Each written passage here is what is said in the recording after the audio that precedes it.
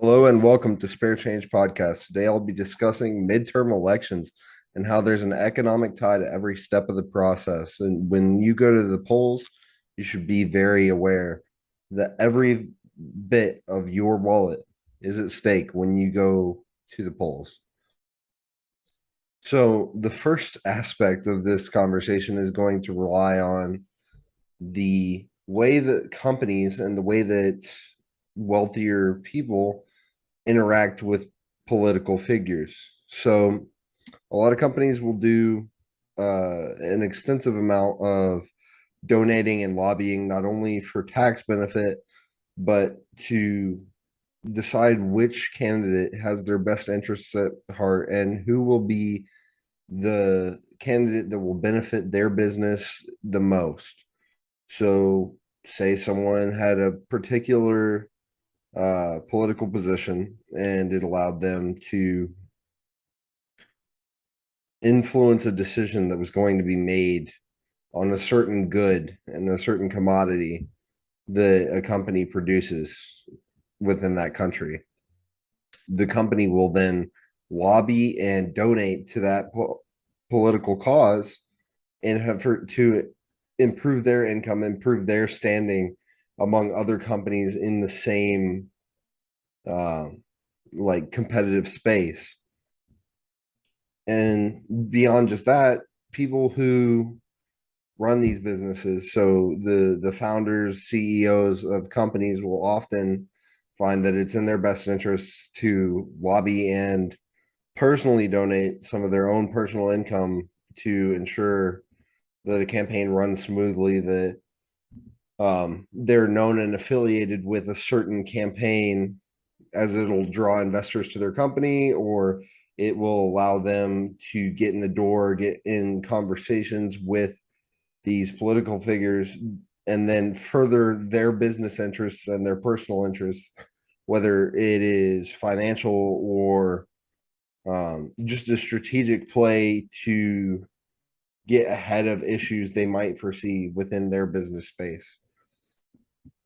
The next thing I want to cover, as far as economic ties to voting, if you believe that your day-to-day life, your what we call the consumer price index, everything that you pay for is seeing a significant increase in cost, that can be a factor when it comes to the polls. Like, your state, local government might be doing things in a way that's inefficient, and it's causing the price of goods to rise because so and so company can't operate the way they used to because now we're following stricter and stricter policies, and it's causing them to increase the price of their goods, which trickles down to you.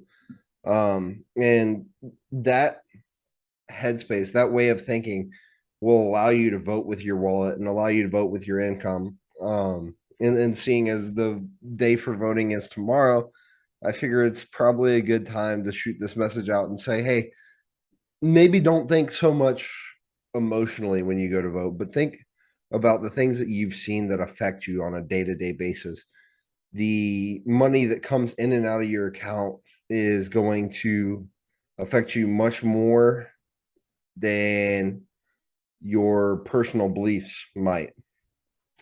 So just keep in mind and keep aware that there's a lot more that money is tied to in the voting process and in the political space than you might expect.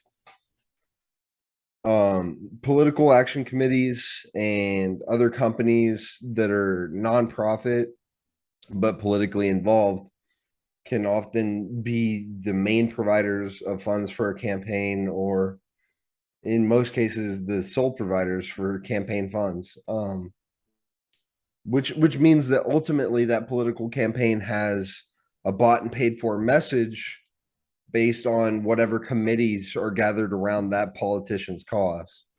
So if a politician is running on someone else's belief, someone else's money, someone else's influence economically, it can be misleading to buy everything they say at face value if you don't know who is involved with that person.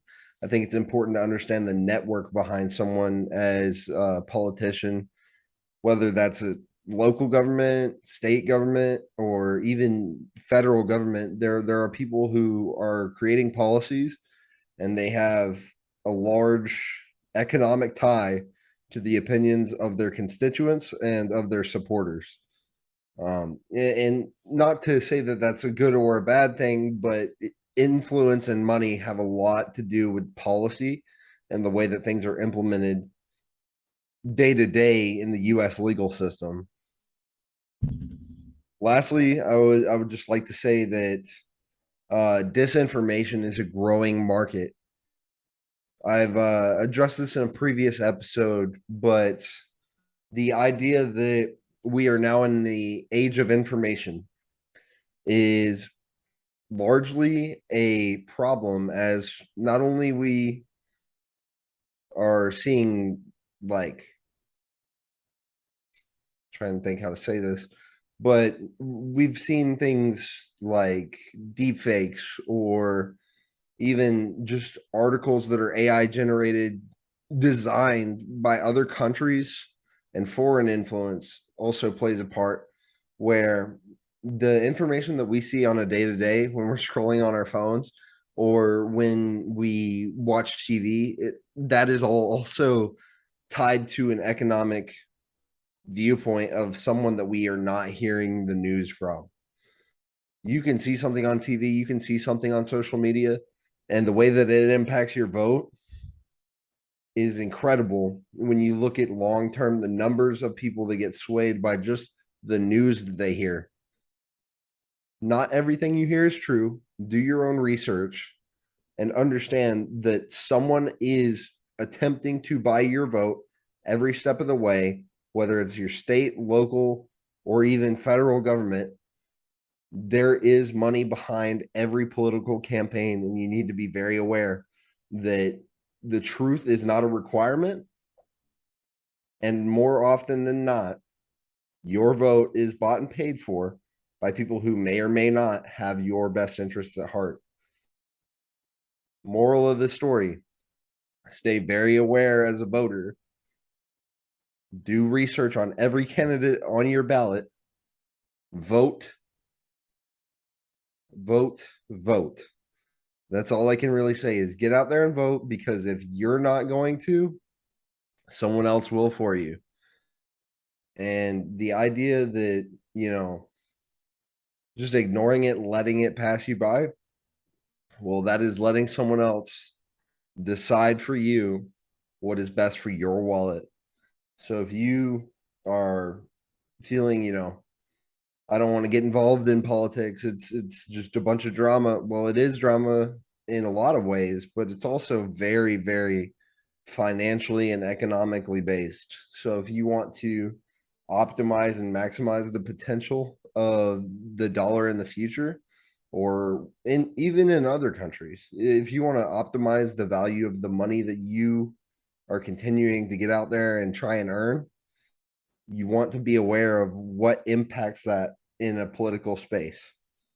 There are other factors, whether it's, defense budget or um, infrastructure, your departments of transportation, or even, social aspects like what programs, what government assistance, how is that being spent, what exists near you that actually is a worthy cause for a taxpayer's dollar. And then just even thinking about all of these things. So economic impact of things, the infrastructure, social impact, and political and military impact. All of these things play a large part in the way that you will see the future develop as new candidates come into office and new incumbents come into office. And they're going to represent you, whether you like it or not. How you vote plays a part in who is determining what money is being made in your community. So just be aware. And if you agree with this message, give it a share to people who need to hear it, and just let people understand. Um, basically, their vote matters. Whether it's for their wallet or yours, people need to get out and vote for those reasons. Um, just continue to follow me for more information. And if there's any other topics you'd like me to cover, please feel free to reach out. Have a great day. Get out there and vote tomorrow.